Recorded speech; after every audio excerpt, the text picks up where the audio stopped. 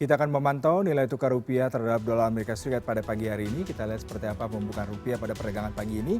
Rupiah melemah 0,33% di 14.460 meskipun data-data cukup positif hari ini.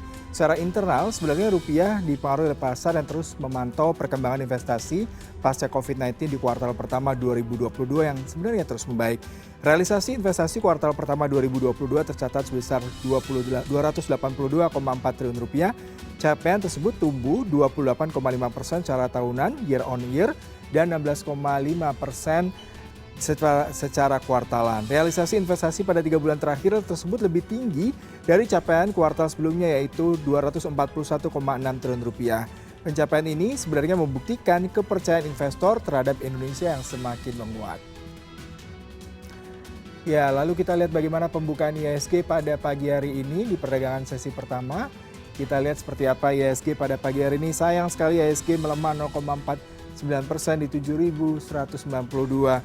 Ya, IHSG sepertinya memang akan melanjutkan pelemahan. Sentimen yang mempengaruhi gerak IHSG yaitu kecenderungan investor yang akan melakukan aksi jual jelang libur panjang keagamaan.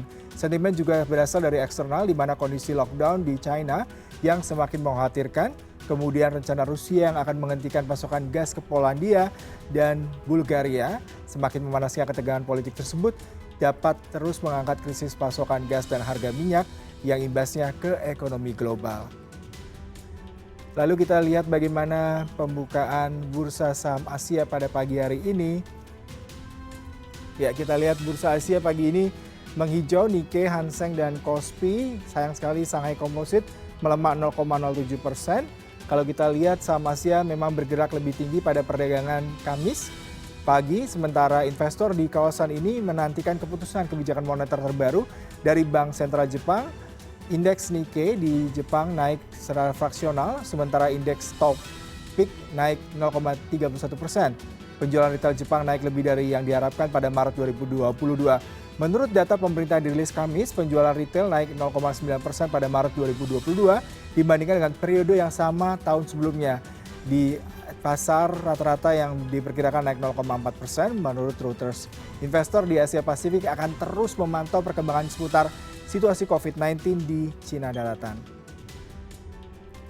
Selanjutnya kita lihat penutupan bursa Eropa pada pagi ini di Indonesia dan kemarin sore waktu Eropa. Semua menghijau, Euro, Stock 600, FTSE, DAX, dan CAC. Bursa Eropa ditutup lebih tinggi pada Rabu meski ada kekhawatiran perlambatan pertumbuhan ekonomi global. Para trader mencerna banyaknya kinerja pendapatan perusahaan. Indeks Stock 600 Pan Eropa ditutup naik, hampir semua sektor dan bursa utama Eropa di wilayah positif.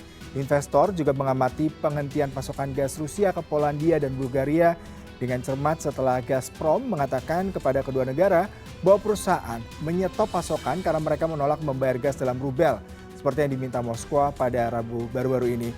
Langkah tersebut mendorong harga gas Eropa menguat dan euro justru melemah.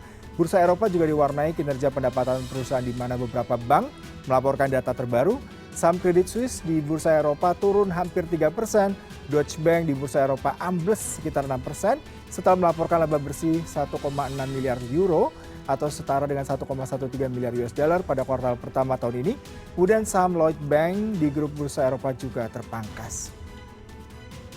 Ya, selanjutnya kita lihat penutupan Bursa Amerika pada Rabu waktu Amerika. Dow Jones melemah, S&P 500 juga Nasdaq Composite yang justru menguat dan NYSE Composite. Kalau kita lihat indeks ini ditutup bervariasi pada akhir perdagangan Rabu kemarin dengan indeks Dow Jones dan S&P yang sebenarnya sempat menguat beberapa waktu ditopang oleh perkiraan pendapatan yang kuat dari Microsoft dan Visa yang membantu mengurangi kekhawatiran perlambatan pertumbuhan ekonomi global.